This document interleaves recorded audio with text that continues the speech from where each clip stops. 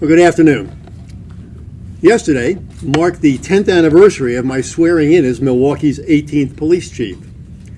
Little did I realize then that I would become the 5th longest serving chief in the Milwaukee Police Department's 162-year history, and the first since the institution of terms to be reappointed. In fact, of the 79 American and Canadian members of the Major City Chiefs Association, only 3 have longer terms in their current police chief police chief position. Now, I became a police officer nearly 47 years ago. I've been a witness to and a participant in historic changes in policing. Becoming chief in Milwaukee was the fulfillment of a career dream. I promised the residents of this city when I was first sworn in that I will not let you down. I've done my professional best to fulfill that promise. The report I share with you today, which you have, will serve to document my tenure. These years have been characterized by dramatic changes to the Milwaukee Police Department. This report, for the first time, presents those changes in one place. It isn't meant to be an exhaustive history of the MPD during these 10 years. Those major incidents that are recounted are presented as representative of work of the MPD, or they resulted in operational or training improvements. Primarily, it focuses on the implementation, management, and institutionalization of change. Now, I was brought here to be a change agent, and a change agent I have been. Change is hard. It inevitably engenders resistance and controversy, no matter how necessary or desired. In the world of policing, it is far safer to fail conventionally than it is to innovate. Ironically, in my experience, demands for change and the ensuing demands to change and the ensuing reforms, often years later, result in demands for reforms of the reforms. Yesterday's innovation becomes today's status quo. It seems as the winds that blow through the political environment are ever changing. But the important point is this: the Milwaukee Police Department has achieved a level of excellence acknowledged by federal agencies, academic partners, and peer departments, as documented by the numerous awards and the recognition it has received. It has had a dramatic impact on crime while retaining broad grassroots support. Citizen complaints and uses of force are at all-time lows. By any objective standard, it is a model agency. First, let me share with you some good news about our 2017 numbers that's contained in your information packet. As you will see, total crime declined 4%. Significantly, homicide decreased by 16%. Now, we had 2 very tough years for homicide in 2015 and 2016. The decrease is encouraging. For perspective, keep in mind that the 20-year average for homicide in Milwaukee was 126. During the past 10 years, that average has been reduced to 102. Still too high, but long-term progress has been made. In 2017, robbery declined 11% and was the lowest in 11 years. Citywide carjackings decreased 12%, while auto thefts declined 12%. The 6% decrease in burglaries meant that 2017 was the second lowest year in burglaries since 2007. The 4% decline in thefts made 2017 the lowest year in theft since 2007. Meanwhile, our hardworking officers took 2,759 guns off the street, the most this decade, and the proportion of firearms seized as evidence, guns, was the highest we've recorded. Now, the Milwaukee Police Department's core values of courage, competence, integrity, leadership, respect, and restraint are demonstrated every day on the streets of our city. 2 good measures of competence and restraint are uses of force and citizen complaints. Use of force has declined 25% since 2013. Meanwhile, citizen complaints were at 114, a 77% decline since 2007, and the lowest number we have in available records. I'm immensely proud of the work of the men and women of the Milwaukee Police Department. Over the past 10 years, they have absorbed an enormous amount of technological, operational, and institutional change against the backdrop of significant political and societal pressure. It is the members of this organization who have planned, organized, staffed, and in good faith implemented and adapted to these changes. It is remarkable to me that 1/3 of our officers have been hired these past 10 years. To them, change is the status quo, but our veterans know how far we have come. Now, allow me to mention some of the innovations that they have made successful. The implementation of our community-based, problem-oriented, data-driven strategy, CompStat, the realignment of police district lines to reflect historic neighborhood boundaries, the creation of the Office of Management and Planning, the creation of the Intelligence Fusion Center with the Gun Crime Intelligence Center incorporated within it, the creation of the Neighborhood Task Force and the reopening of the old District 3, the Early Intervention Program, the training of over 400 officers as crime scene technicians, the development of the Crisis Intervention Team and the extension of its training to all first responders, ShotSpotter, Star Chase, the Homeless Outreach Team, the expansion and use of the Major Incident Response Team for national deployments, as well as for use in the restrained policing of many Milwaukee demonstrations and disturbances, becoming the first major city in the United States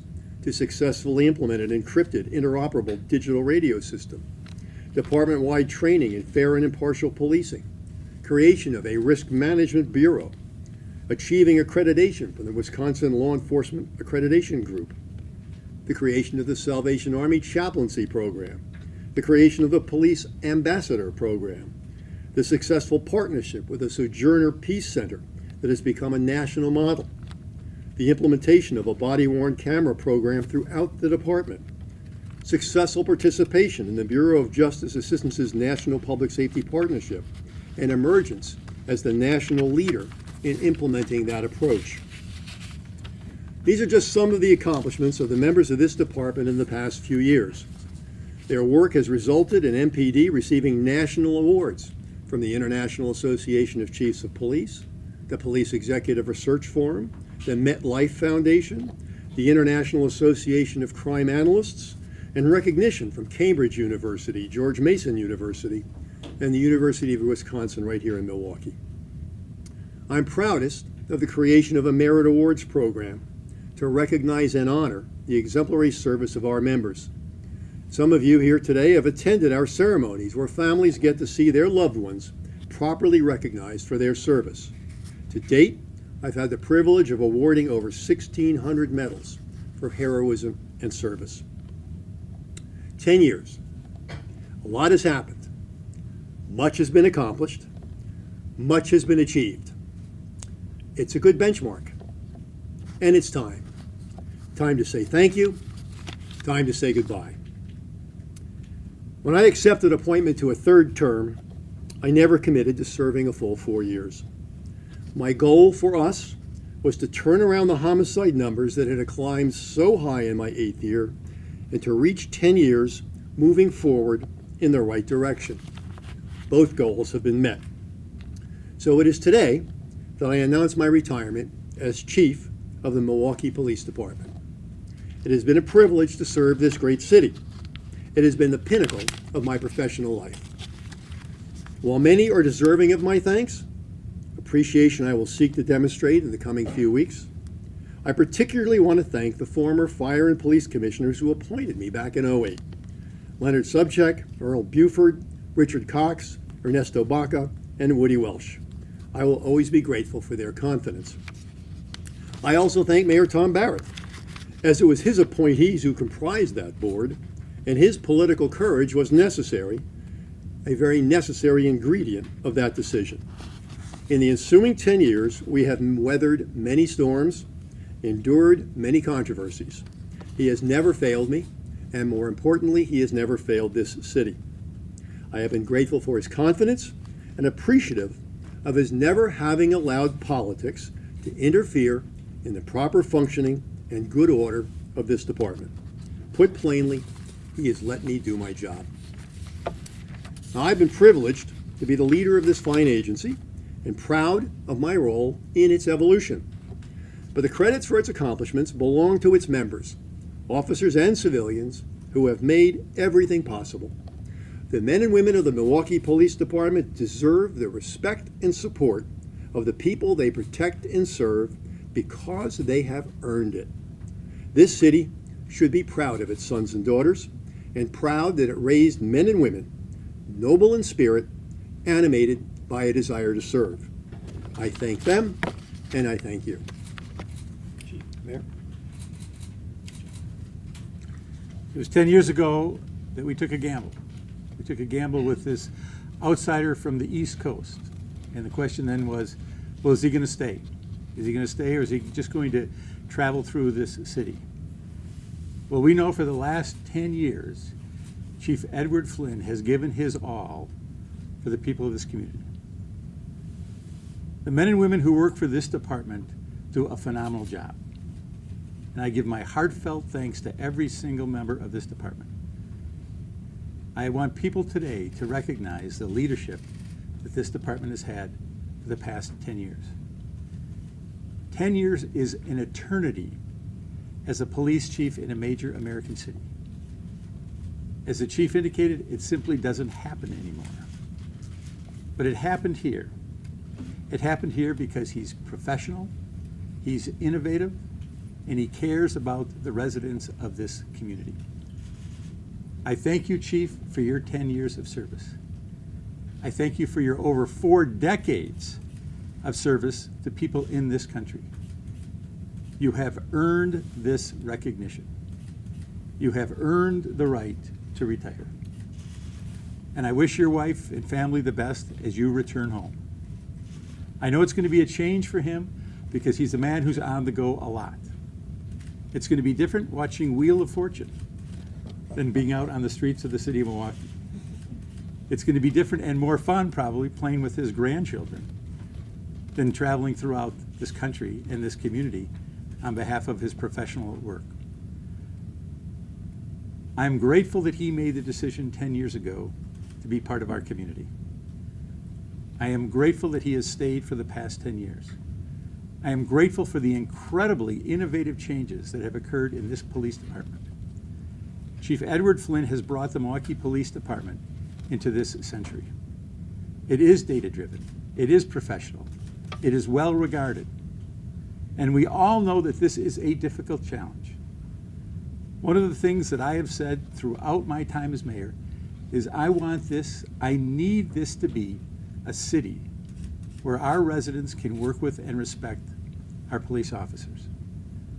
I also need this to be a city where our police officers, from the newest recruits to the chief of police, will respect and work with our residents. That leadership has come from the top.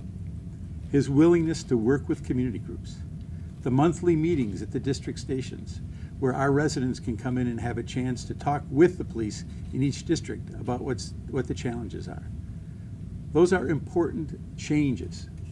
Those are marks of a police department that wants to be and is engaged in our community. And we know that there are challenges moving forward. And we look forward to addressing those challenges. But today is Chief Flynn's day. And I want to thank you again on behalf of the residents of this city for 10 years of honorable service to the people of Milwaukee. Chief, again, thank you. Thank you, Mayor. Thank you. If there's any questions, we're happy to answer any questions. Chief, what trait do you, want to see in the next chief of police? I'll tell you, more to the point is, what do we leave behind here? And what I leave behind isn't necessarily programs or policies or strategies or tactics. What I leave behind are high-quality people who have demonstrated not only a commitment to the city, but an ability to adapt to an era of rapid technological and social change. I've worked hard to expose them to training, to send them to other places to learn from other departments, to work with them to develop their leadership potential, and to have them, through the organization, disperse a brand of leadership that supports responsible risk-taking on behalf of the public, supports innovation, and recognizes the difficulties inherent in a job that's fundamentally based upon making quality decisions under enormous stress, that's supportive of the best efforts of our officers, but rigorously holds officers accountable when they fall short of our core values. And so that's the larger issues. I've left behind capable people who can carry on. And I think as the political process churns, it'll hopefully identify a leader worthy of the idealism and professionalism of the department they will inherit. Chief, what will you take away as some of the high points and some of the challenges of the last decade? Well, certainly, Milwaukee has been at the center of many of the social changes that we're seeing right now, the enhanced scrutiny of the police. Certainly, we have had some conspicuous failures over the years in which individual officers or small groups failed to adhere to our core values. I think one of the ways to evaluate this agency isn't, however, are we able to avoid all controversy and never have one of our members fail. The challenge is, what do we do to prevent it in terms of training and supervision? What have we done to ferret out wrongdoing? What have we done to hold officers accountable? And I think our record of demonstrating a willingness to hold officers rigorously accountable to discipline, regardless of how the rest of the criminal justice system views their behavior, has become a method that other departments are rapidly adopting. For many years, police departments would wait for the criminal justice system to make a decision about criminal charges when an officer had been involved in a critical incident and failed.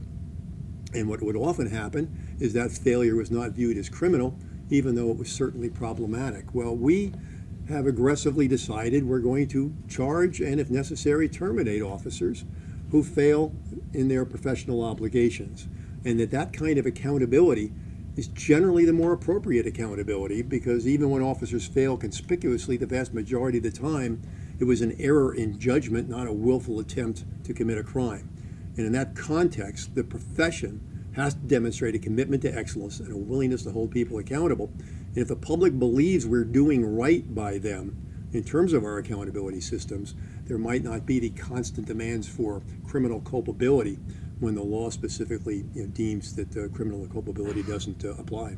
Chief, will you be an interim chief, and when will your retirement be effective? Well, I've got some time to run out. Obviously, I'll be here as chief, in the office and available probably for the first, through the first couple of weeks of February.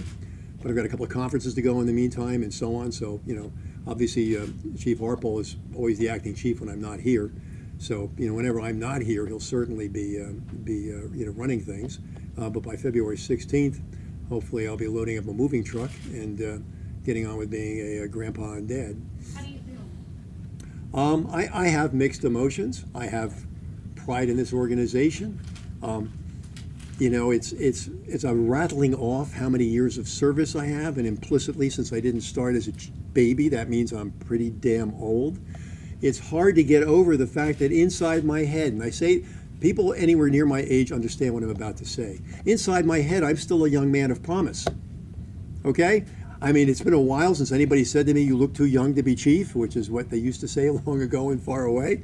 So I'm a little ambivalent about coming to this place in my life, but I know I'm not finished, being of use, and I'm certainly overdue for some quality grandpa and dad time back home. Chief, the Common Council's made no secret about their evaluation of your performance. Has their making that public had anything to do with your decision? No, and quite honestly, there were times I've thought over the last year or so, gosh, I could save them so much heartache if they only knew that all their troubles would soon be over. I don't know what they're going to talk about now, but the fact is that wasn't, that wasn't a factor. I mean, political criticism is part and parcel of this job. People who do, and people who criticize, I guess, some of them become aldermen. But the rest of us have to focus on what our mission is. And so, no, that wasn't an issue. But, as I say, this was a good benchmark for me. And I was really, we were really focused on doing something. I mean, 15 and 16 were just dreadful homicide numbers. They were just awful by any measure. So we were trying to do something about that. So you've been planning this for a while Yeah. As we were making progress last year, I realized, okay, this, looks like that 10-year, which I hoped, to do was going to be right. I wasn't going to be living in the middle of a crime wave. I mean, we had by comparisons in recent years, this is a terrible thing to say, but a good year for crime against the context of, crime is too high in this city. Of course it is, all right? We recognize that, but we've made some significant progress, and that's a good time to pass the baton. So, Thank you time very to do much. it. Thank you. So thanks, everybody. Thank you.